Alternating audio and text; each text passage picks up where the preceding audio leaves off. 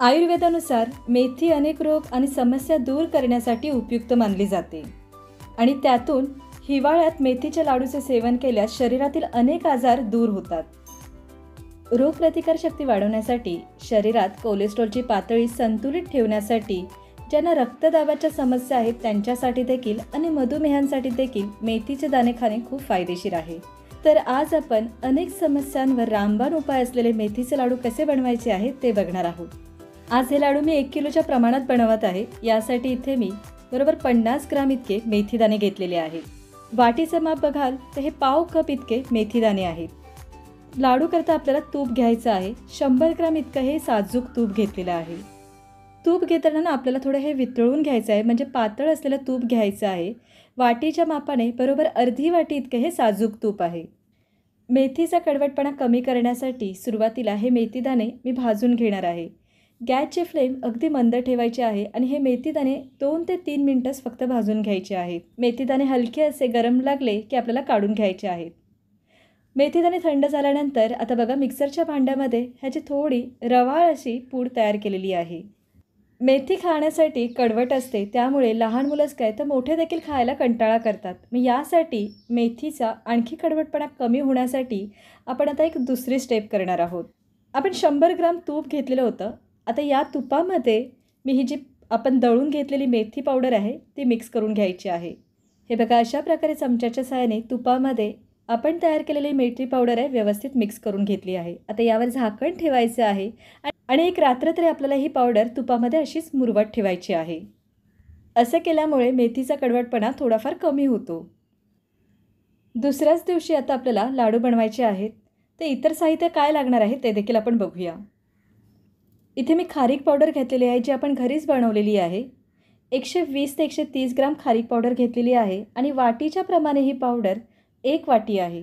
त्यानंतर सुक्या खोबऱ्याचा कीस घेतलेला आहे. 150 ग्राम इतकं सुका खोबऱ्याचा कीस आहे आणि वाटीच्या मापाने हे 1.25 वाटी इतकं आहे. त्यानंतर आपल्याला गव्हाचं पीठ लागणार आहे. 130 ग्राम गव्हाचं पीठ आहे, जे आपण नेहमी चपातीसाठी यूज करतो तेच हे गव्हाचं पीठ आहे आणि वाटीच्या मापाने हे पीठ 1 ते 1.25 वाटी इतकं आहे. 300 ग्राम इतकं मी गूळ घेतलेलं आहे. गूळ घेताना आपल्याला चिरून घ्यायचं आहे. गुळाचं प्रमाण तुम्ही कमी अधिक करू शकता. इथे प्रत्येकी 25 ग्राम इतका मी सुकामेवा घेतलेला आहे. यामध्ये मी मखाना घेतलेला आहे, बदाम घेतलेले आहेत, काजू घेतलेला आहे. त्यानंतर इथे भोपळ्याच्या बिया आहेत. स्वादासाठी इथे जायफळ, वेलची आणि सुंठ पावडर घ्यायची आहे. यानंतर 50 ग्राम डिंक घेतलेला आहे आणि वाटीच्या मापाने हे डिंक पाव वाटी इतकं आहे आणि 1 चमचा खसखस देखील घेतलेले आहे. तुमच्या आवडीनुसार तुम्ही यामध्ये आणखी सुकामेवा घालू शकता. आता हे सर्व प्रमाण मी तुम्हाला वाटीच्या आणि वजनी मापाने सांगितलेलं आहे. आपण ज्या आदल्या रात्री मेथी पावडर तुपामध्ये भिजत ठेवली होती, पावडर बघा छान अशी ह्या तुपामध्ये मुरली आहे. चमच्याच्या साहाय्याने आपण ही पावडर एकदम मिक्स करून घेऊया. तुम्हाला हवं असल्यास आणखी 1 ते 2 दिवस ही पावडर तुम्ही तुपामध्ये भिजत घालून ठेवू शकता. पावडर आपण छान तुपामध्ये मिक्स करून घेतलेली आहे. आता यानंतर पुढे आपण गॅसवर बघा एक भांडं गरम करण्यासाठी आधीच ठेवलं होतं. गॅसची फ्लेम आपल्याला लो टू मीडियम ठेवायची आहे आणि यामध्ये आपण किसून घेतलेलं जे सुकं खोबरं आहे ते सुरुवातीला आपण छान असं भाजून घेणार आहोत. खोबऱ्याला स्वतःचं असं तेल असतं, त्यामुळे तेल किंवा तुपाचा वापर न करता सुकं खोबरं आपल्याला असंच भाजून घ्यायचं आहे. लाडू बनवण्यासाठी आपण जे काही साहित्य घेतलेलं आहे प्रत्येक एक साहित्य आपण मंद आचेवर भाजून घेणार आहोत. यामुळे आपल्या लाडूची जी शेल्फ लाईफ आहे ती वाढणार आहे. शिवाय लाडूची चव देखील तितकी छान लागते. सुकं खोबरं भाजण्यासाठी थोडा वेळ जातं, मात्र सुकं खोबऱ्यामध्ये मॉइश्चर जर तसाच राहिला तर आपले लाडू देखील जास्त काळ टिकणार नाहीत. सुकं खोबऱ्याचा जो कीस आहे जवळजवळ 6 ते 7 मिनटं झालेली आहे. छान असं भाजून घेतलेलं आहे. रंग बघा छान असं सोनेरी रंग आलेला आहे. आता हे खोबरं आपल्याला काढून घ्यायचं आहे. आता यानंतर आपल्याला सुकामेवा भाजून घ्यायचा आहे. प्रत्येक सुकामेवा आपल्याला एक एक करून भाजून घ्यायचा आहे. यासाठी आणखी 100 ग्राम मी तूप घेतलेलं आहे. त्यातला 1 चमचा तूप आपल्याला या भांड्यामध्ये घालायचं आहे. इथे हा चमचा छोटा आहे म्हणून मी 2 ते 3 चमचे यामध्ये तूप घातलेलं आहे. पहिल्यांदा मी काजू भाजून घेणार आहे. तुपामध्ये काजू छान रंग बदलेस्तोवर आपल्याला भाजून घ्यायचं आहे. जास्त काळे करायचे नाहीत, मात्र हलका असा सोनेरी रंग आला की आपल्याला हे काढून घ्यायचे आहेत. काजू भाजून झाल्यानंतर आता यामध्ये आपल्याला बदाम भाजून घ्यायचे आहेत. बदाम आपण 25 ग्राम घेतलेले आहेत. वाटीच्या मापाने हे पाव वाटी इतके बदाम आहेत. बदाम देखील मी थोडे बारीक चिरून घेतले होते. तुपामध्ये 1 मिनिटं बदाम तळून झाल्यानंतर आता यामध्ये ना मी मखाना घातला आहे. मखाना देखील छान असा कुरकुरीत झाला पाहिजे. आवश्यकता लागल्यास यामध्ये तुम्ही तूप घालू शकता. आणि मखाना तळताना ना तुम्हाला एखादी बी दाबून बघायची आहे. कुरकुरीत लागली की आपल्याला हे सर्व जिन्नस काढून घ्यायचे आहेत. आता सोबतच ना मी भोपळ्याच्या बिया देखील अगदी अर्धा ते 1 मिनिट यामध्ये तळून घेणार आहे. बघा आता हे सर्व सुकामेवा मी भाजून घेतलेला आहे, ताटामध्ये काढून घेतलेला आहे. आता यानंतर याच कढईमध्ये मी आणखी थोडं तूप घालत आहे. म्हणजे साधारण 1 चमचा भरून इथे मी तूप घातलेलं आहे. तूप हलकंसं गरम झाल्यानंतर आपल्याला यामध्ये खारीक पावडर भाजून घ्यायची आहे. खारीक पावडर भाजताना ना गॅसची फ्लेम आपल्याला कमीच ठेवायची आहे आणि पटापट खारीक पावडर भाजायची आहे, कारण की ती लगेचच भांड्याला खाली चिटकते, करपू शकते. खारीक पावडर आपण ही घरीच बनवलेली आहे आणि खारीक पावडर घरी बनवताना देखील आपण खारीकमधलं मॉइश्चर कमी होण्यासाठी खारीक देखील तुपामध्ये व्यवस्थित भाजून घेतले होते. त्यामुळे आता आपण खारीक पावडर जास्त वेळ नाही भाजली तरीही चालेल. अगदी 1 मिनिट ही खारीक पावडर मी भाजून घेतलेली आहे. बघा छान असं या खारीक पावडरचा रंग बदललेला आहे. आता ही खारीक पावडर देखील आपण एका प्लेटमध्ये काढून घेणार आहोत. आता ही कढई मी क्लीन करून घेतलेली आहे. आता तुपाचा वगैरे वापर न करता सुखच आपल्याला ना खसखस भाजून घ्यायचे आहेत. 1 चमचा इतकं खसखस घेतलेले आहेत. इथे बघा मी मागे देखील सांगितलेलं आहे, आपण प्रत्येक पदार्थ या लोखंडी भांड्यामध्ये भाजून घेत आहोत. त्यामुळे पदार्थाची चव तर वाढतेच, मात्र या लोखंडाचा गुणधर्म देखील या पदार्थांमध्ये उतरतो. खसखस छान भाजले गेले आहेत, आपण काढून घेतलेले आहे. आता सेम कढईमध्ये मी 2 ते 3 चमचे इतकं तूप गरम करून घेतलं आहे.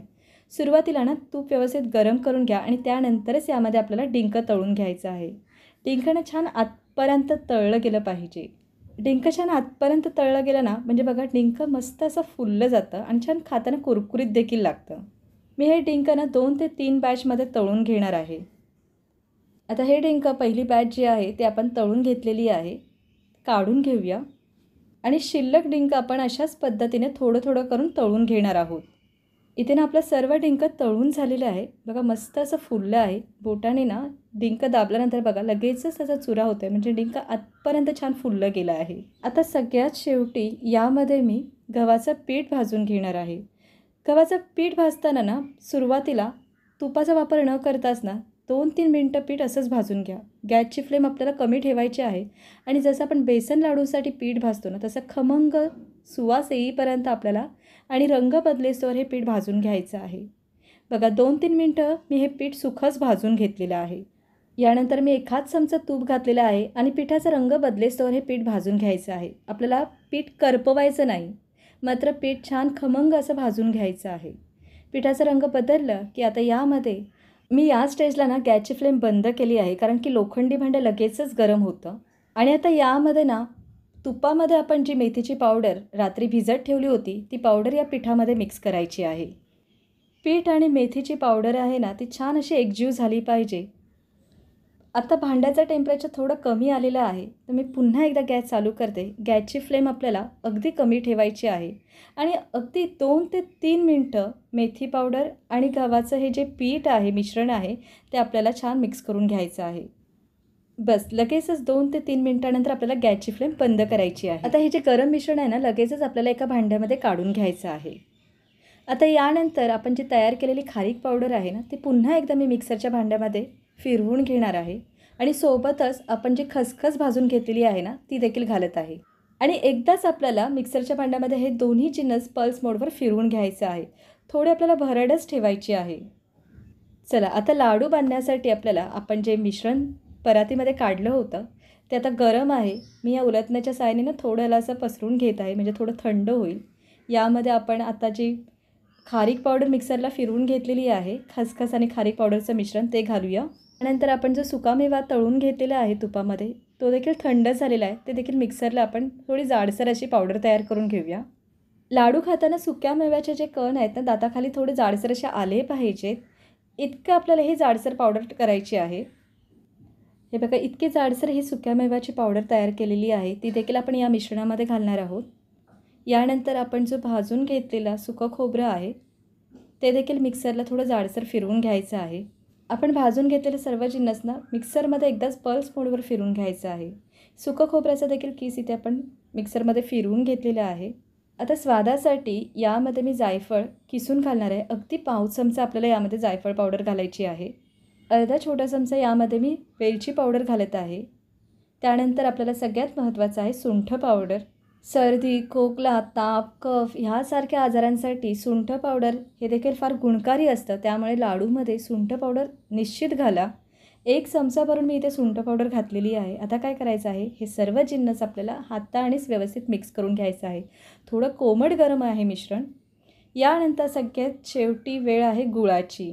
गूळ देखील गुणकारी आहे. गुळामध्ये उष्णता असते, त्यामुळे हिवाळ्यामध्ये शरीराला ऊर्जा देण्यासाठी लाडूमध्ये गुळाचा वापर केला जातो. आपण लाडू बनवण्यासाठी प्रत्येक पदार्थ जो वापरला आहे त्याचे प्रत्येकाचे वेगळे वेगळे असे गुणधर्म आहेत, जे शरीरासाठी या दिवसांमध्ये खूप फायदेशीर आहे. आपण आज जे हे मेथीचे लाडू बनवत आहोत ते बिना पाकाचे मेथीचे लाडू आहेत. आता हे मिश्रण एकजीव होण्यासाठी आपण हे मिक्सरला थोडं थोडं करून फिरवून घेणार आहोत. हे जे मिश्रण आहे ना, ते आपण एकदाच मिक्सरला फिरवून घेतलेलं आहे. आता हे मिश्रण ना लाडू बनण्यासाठी अगदी तयार झालेलं आहे. आपण जे नंतर 100 ग्राम तूप घेतलं होतं त्यातलं 60 ग्राम तूप हे पदार्थ तळण्यासाठी वापरलेलं आहे आणि शिल्लक तूप मी या मिश्रणामध्ये घातलेलं आहे. हे बघा, अगदी सहज आपल्याला हे लाडू बांधता येत आहेत. आपण बिलकुल यामध्ये पाकाचा वापर केलेला नाही, तरी देखील आपले हे लाडू बघा किती सुंदर असे झालेले आहेत. छान असा गोल गरगरीत आपला हा लाडू तयार झालेला आहे. अशाच पद्धतीने ना मी हे सर्व लाडू बांधून घेणार आहेत. पाकाची अजिबात टेन्शन घेण्याची गरज नाही. बिना पाकाचे देखील तुम्ही हे लाडू बांधू शकता. वजनी मापाने आणि वाटीच्या मापाने देखील मी तुम्हाला प्रत्येक साहित्याचं प्रमाण सांगितलेलं आहे. तर तुम्हाला जर लाडूची विक्री करायची असेल तरी देखील तुम्ही या पद्धतीने लाडू बांधून विक्री करू शकता. इथे मी हे सर्व लाडू बांधून घेतलेले आहेत. अगदी अचूक प्रमाणामध्ये हे लाडू बांधले गेलेले आहेत. वजनी मापाने अगदी 1 किलोचे हे लाडू आहेत आणि 30 ते 32 मध्यम आकाराचे हे लाडू तयार झालेले आहेत. तुम्ही जर गृहिणी आहात आणि तुम्हाला देखील एक छोटा व्यवसाय लाडू विक्रीचा करायचा असेल तर तुम्हाला माझा आजचा हा व्हिडिओ नक्की फायदेशीर ठरेल. तुम्हाला माझी आजची ही रेसिपी आवडली असेल तर या रेसिपीला एक लाईक नक्की करा आणि अशाच नवनवीन आणि पारंपरिक रेसिपी बघण्यासाठी मराठा मसाला मॅजिक या चॅनलला सबस्क्राईब देखील करा. नमस्कार.